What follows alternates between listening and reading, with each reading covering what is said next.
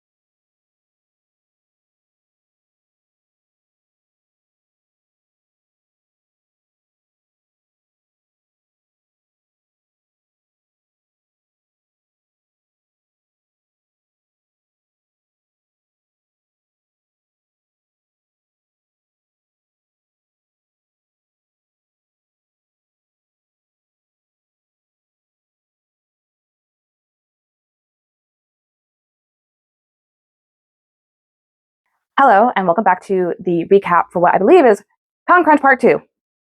Also, side note, I just recorded this whole video, didn't realize my mic wasn't on, so love that for me. I think last we left off was almost 2 weeks ago, and since then, there has been a little bit of progress. So let's jump right in. I have been working on Dancer Byleth and also a little bit on my Sailor Saturn cosplay. I started working on it mostly just because I didn't have all the fabric for Sailor Saturn yet, so I wanted to wait to pick that up to start cutting out like the pieces for it. In the meantime, I was able to cut out all the fabric for Dancer Byleth as well as start assembling some of the pieces together. Because I decided I wasn't going to line it, I did end up kind of flat fell seaming some of the pieces before I realized when I tried on this blue top that it is way too big for me. And I was in between a size 12 and a size 14, so I went with the larger size so that way I could tailor it down. Unfortunately, it is a lot bigger than I thought. I definitely could have made a size 12. And even I think if I made a size 12, some pieces still would have been a little big. So my goal right now is just to get this roughly assembled. I'm still needing to assemble this like lower or bodice part that attaches to the skirt and tabard so that I can try it on and see where I need to take it in. This pattern is really nice because it's really easy to use. The instructions have a lot of really clear detailed pictures of how to put this together. Because I'm not doing a lining, I get to skip a lot of steps and I have to also navigate when things are a little bit different. But as someone who knows how to sew, I'm like, it's fine. My biggest issue with the pattern though is the lack of yardage included into like how much fabric you need. And I understand why, but at the same time, like I had bought in 2 yards of this teal color and it wasn't enough. I also didn't realize, this is on me, that there is a separate flounce pattern that was, I ended up not printing initially. And so I had to go back to CVS and print that again. So after I did that too, I especially realized I don't have enough of the teal fabric. I also am kind of running out of the pink, so I might have to get more of that as well. In the meantime, I'm just kind of trying to do a little bit of detail work as much as I can so that way things are easier as I go and I don't have to go back and do them later. So for example, with the trim on the bottom of the skirt and kind of the belt and this piece of the tabard, I am going through and painting with some copper acrylic paint that I had just left over and mixed with some airbrush fabric medium to kind of create this really cool chevron effect. I originally was going to sew it, so on the skirt, if you look closely, you can see that I sewed all the chevrons, but I felt like it didn't stand out enough. And so I actually went in and started painting it, and I really like the finished look. The fabric is initially this kind of like dark brown color, which it didn't match perfectly with the references I was using, but when I was on Mood's website looking at the colors that they either had this brown or like really orangey copper. And I was like, I'm not really looking for that either. So I ended up going with the dark brown. So it worked out that this is going to match my reference. And then I still also have the dark brown for the detailings where it looks like it's like leather on the figurine, but obviously I'm not going to use leather. So I'll just keep that as the dark brown. I was able to go into the city and purchase the rest of my fabrics for Sailor Saturn, luckily, through Mood. So that was really nice. I'm going to start cutting out her pieces as soon as I kind of get a little bit more settled with Byleth and I'm able to clean up my craft room a little bit more.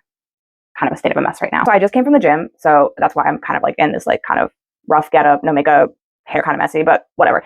I have work to do on this cosplay, so I don't have time to be doing my makeup for a little video. And then also this last week, I was able to get a really big package in, which was my 3D prints from Dangerous Ladies, which I'm really excited to assemble and put together. So I have the Sword of the Creator and Sailor Saturn's Death Glaive. Silence Glaive? Silence Glaive. The prints are really good quality, and honestly, I don't really have to do a lot of finishing work. Mostly it's just the assembling and a little bit of sanding. My biggest issue so far with this order, which beautiful quality, super great shipping, I had an overall wonderful experience, and I definitely would order from them again, is I wish they included an assembly guide, just because I got 3 different sets of pieces, or kits, and they were all just in one box together, so I had to like figure out what went to which set, and I just wish there was an assembly guide, like even just like one piece of paper that shows you all the pieces for this kit, all the pieces for this kit, and how to put them together. I also went to Home Depot today and picked up the wooden dowel rods I need to assemble everything, and unfortunately, they don't fit in my print. So I don't know if there was some sizing issue, or it's the 1/4 inch rods I got from Home Depot aren't really 1/4 inch. They don't fit inside my print, so I have to sand them all down now to make them fit to assemble it. So that's a little bit of a hiccup in the road, just because it's more work for me that I wasn't expecting. But I'm looking forward to assembling, sanding, priming, painting, all that fun stuff. Overall, this is saving me a ton of work, and it's going to be definitely like a better quality than if I had tried to, or like get it all together myself. And because I am in the land of packages right now, all I'm doing is getting packages for this con. My costumes came in from Mick Cosplay, or Mick Costumes, something like that. I got my Luca swimsuit and my purple butterfly swimsuit. So I will have swimsuit versions for Colossal Con of my cosplays. I do think, however, with time, I'm going to have to chop 2 face lovers Luca from the lineup, mostly just because I really don't think I'm going to have time. I have ended up working a few more days than I thought I was going to, so unfortunately, I don't have as much time to work on cosplay. I also was planning on streaming a little bit more. However, like I said, I ended up, my work schedule has been a little bit extra these last few weeks, so I'm just kind of like, when I am home, I'm just in goblin mode crafting, and I don't really have time to like make sure that like my content is like on camera and I'm chatting, and so I just been working on it. Maybe I'll get back to it. I don't know, probably. But yeah, that is the current update. So I have styled Saturn's wig. I have cut out Dancer with Battleless pieces. I am currently assembling it, and I think I'll be able to assemble most of it probably by the end of the day, and hopefully start to make some alterations so it fits. The best news of this all is that even though I'm going to have to chop 2 face lovers from the lineup, I will still be having Blackjack Luca from my cosplay commission. So thank you so much. I look forward to seeing you guys in part 3. I don't know how many videos this is going to be in total yet, but I guess we'll find out. And hopefully it won't take as long. So see you guys then. Thank you so much for watching. Be sure to like, comment, subscribe if you want to see more of this content, which you will against your will anyways. So